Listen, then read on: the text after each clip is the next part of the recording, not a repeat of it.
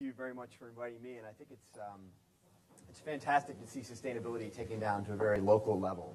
And I think we're very honored today to have with us one of the worldwide leaders in helping communities and companies profit from sustainability. She is well known for her hat, which is seen in conferences all over the country, and we're very privileged to have her here with us today. Hunter Lovins started her career writing books on this topic before most of us were even interested in it. Some of those include Factor 4, which is having resource use and doubling wealth, green development, and natural capitalism. To this day, she still consults numerous companies, including Mitsubishi, Interface, Shell, and large utility companies. And she's a tireless speaker, inspiring others, and I've seen her at a lot of conferences, helping others think about the decisions they need to make their companies and communities more sustainable. Please join me in welcoming Hunter Lovins.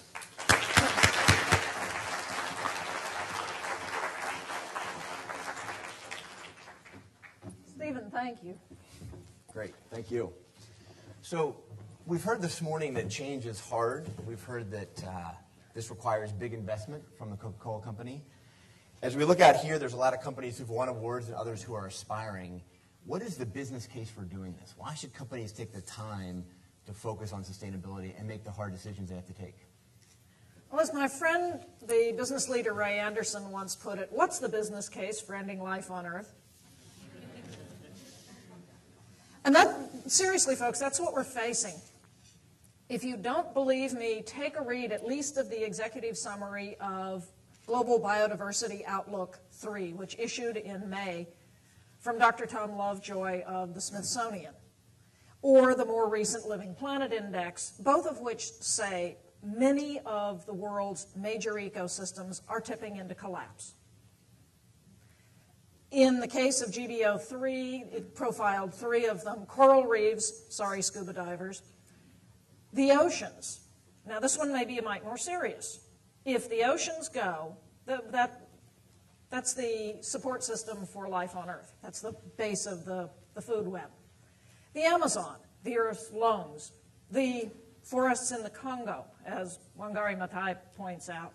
We are losing these ecosystems because of the way in which we do business. And it's not economic to do it that way. And if you don't believe me, read the report from those wild-eyed environmentalists at Goldman Sachs, who a couple of years ago pointed out that the companies that are the leaders in environment, social, and good governance policy have 25% higher stock value than their competitors. Or McKinsey, or A.T. Kearney, or Deloitte, or IBM. There are now 20 separate studies, not from the sorts of folks who sit in this room, but from the big consulting groups, showing that behaving more responsibly is simply better business. In one case, the leading companies had market capitalization averaging $650 million more than their competitors. In another study, even in the decline, they protected the company from value erosion. You can take your metric. The business case is now in. This is simply better business. And I think actually we've been selling this on the wrong basis. Oh, it's good for the Earth. Oh, it's the moral thing to do. Oh, it's the right thing to do. Come on, guys, it's just better business. That's great. I think you mentioned a very powerful narrative that I think a lot of companies would respond to.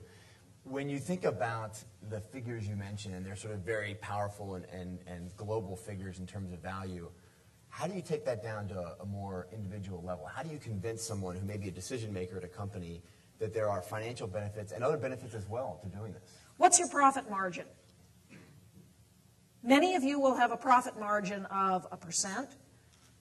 3-4% is pretty average in most big businesses. And then what are the percent savings of the companies that were awarded today? What percent of their operating costs are they now saving? 5%? 6-8%? Again, do the math. And this is something that most companies haven't done. Oh, if we have to implement a recycling program, all our employees are going to have to change. You ask your employees to change every day. You ask them to come to work on time. You have KPIs. You have all sorts of metrics by which you measure employee performance. When Ray Anderson tied waste reduction to the bonus pool, waste reduction became 30% of the company's operating profits that year. Again, I think if we come at all of this from a strict business case standpoint, in the case of, I just did a quick calculation, there are about 25 incandescent light bulbs in here. That's roughly the equivalent of leaving a couple hair dryers blowing while we're running the air conditioning system. This is daft. Where's your daughter when we need her here to go talk to the building manager? When you waste anything, this is unsaleable production. You pay to make it. You don't derive any profit from it. Eliminating it is, again, simply the definition, the hallmark of good business. And as has been mentioned several times in the awards, when you start paying attention to the flows of waste out of your building, whether it be the size of your trash box at home, or whether it be what you pay for waste haulage, or if you get a fine because you have inappropriately disposed of a computer or a monitor, those costs are coming right off your bottom line. You can eliminate that and get a superior performance. So tie worker performance to this. Put up meters. Interface held a big conference in which they brought 1,000 or so of their employees from around the world to Hawaii to talk about how to take this information back to all of their various facilities around the world. And one of the things that they did was to talk to the hotel before they came in and say, we are going to cut all of your numbers, water use, energy use, waste. We're going to start composting. We're going to help you implement integrated pest management. You can imagine the reaction of the hotel. You're going to what? I mean, it was said somebody comes into your business and starts digging into your numbers and telling you how to spend money. The reaction to this was not great. Well, in the case of Interface, they put together, let's see if we can get rid of the electronics, they put together a whole set of metrics and tracked them on an everyday basis until one day the water numbers shot up, and they had it on a big screen when everybody came into the conference in the morning, all the metrics, and they were steadily trending downward. Everybody was happy, and all of a sudden the water use shot up, and everybody in the room said, what happened? What did we do? Who did this?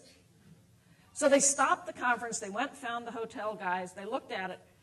The guy in the hotel responsible for tracking this stuff said, oh, I didn't measure it today, and so I just put in the old number. But the reaction of everybody in the crowd, because they had a metric that they could see on an everyday basis, everybody started to pay attention. And again, this is something that is essentially costless to you. Just start paying attention. So before we keep going, I want folks to know, I'm sure there are lots of questions for Hunter Lovins. There's some pieces of paper, some cards, and pens on the tables. So if you have a question, please write it down fairly legibly and just hold it up, and there's folks around the room who'll pick it up. Those are great examples. Thank you. And I think you mentioned this concept of being visual and showing people what they're doing. And I think a lot of what has been talked about today is simply showing people the impact that they have. When you think about maybe not the largest companies, but smaller to medium-sized companies, what advice do you have in terms of helping them prioritize? Because there's a lot of medium-sized business owners here. It's very stressful running a small business. It's typically understaffed, under-resourced, and you've got to make a million decisions. How do you start? What can you show early on to get people really believing in this and doing it? There are a growing number of tools available to small to mid-sized businesses. I work with a company, Natural Capitalism Incorporated, headquartered over in San Francisco, that's been working with a number of businesses down in San Leandro and indeed around the Bay Area, using a tool that my nonprofit, Natural Capitalism Solutions, developed called Solutions at the Speed of Business. This is a web-based learning tool that will walk you systematically through all of the ways to cut waste, implement more sustainable procedures, save money, engage your employees, we've been working with Hero Arts over in Richmond, Mi Rancho Tortillas down in San Leandro, Give Something Back, Office Supplies, any number of companies around the Bay Area, all of whom are achieving at least 100% return on investment from working through this tool. We pull together circles of business leaders, 6 to 8 business leaders who over a 6-month period work with us to work through this tool. Now, that's time. And many of the companies that come in are very skeptical. How can we possibly afford to devote this kind of time?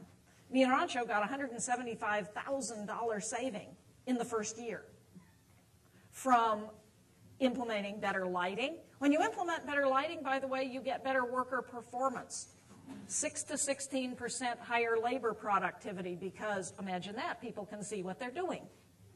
The lighting is more pleasant to be in. That alone, you pay about 100 times for people what you pay for energy, but paying attention to the energy is what gives you that enhanced labor productivity. Businesses are trying to figure out anything they can do to get a 1 or a 2% increase in labor productivity, 6 to 16%, from better lighting, better HVAC, and you're saving money at the same time because you're not running inefficient light bulbs. Any small business can access this tool, Solutions at the Speed of Business, off of my website, Natural Capitalism Solutions, www.natcapsolutions.org, or can work with us in these learning circles. We're forming a new learning circle in San Leandro right now and a new learning circle here in the Bay Area. We've just been asked to come to Iowa. The mayor of Des Moines said this is the basis of economic development. And think about it, everything that all of your award winners have done keeps money in the community. If you can do that, that is durable economic development that every one of your businesses can do on an everyday basis. The more money you have in your pocket as a business person and the more money that you spend locally, the healthier your whole economy gets. That's great. You're making this sound very easy. I feel it's sort of Matt Cain in the postseason pitching here. Surely there's been some barriers, and I'm curious to hear what barriers that you've faced and what you can sort of warn folks here in terms of what are some things that you're going to cross that first 6 months, first year to be aware of? The early savings can be very, very easy. We've heard about companies getting a 70% diversion of waste, 80% diversion of waste. That last 10% gets tricky. And understanding, Gary said that look at this from a systems standpoint. If you incrementalize, well, we're just going to do 10%. That 10% may come very quickly, very cheaply. The next 10%, it looks a little harder, a little more expensive. The last 10% looks very expensive. If, on the other hand, you looked at the effort from the beginning as a system and allowed the cheap wins in the beginning to pay for the more expensive measures further on, that's how you get to 100%. And that's really what, as a society, we're going to have to do. Again, if we wish to retain the capacity of this planet to sustain life, which is, for the economists amongst us, the basis of the economy, we are going to have to cut carbon emissions 80 to 90% by 2050. Keeping waste out of landfill keeps methane from being emitted. Very, very important part of dealing with the climate crisis. Keeping trucks from going down the highway because they are hauling one part to one factory and then the next part the next day. And as Toyota did, you put all the parts for that week on one truck so that you keep 4 trucks worth of trips off the road. These sorts of measures are going to be critically important.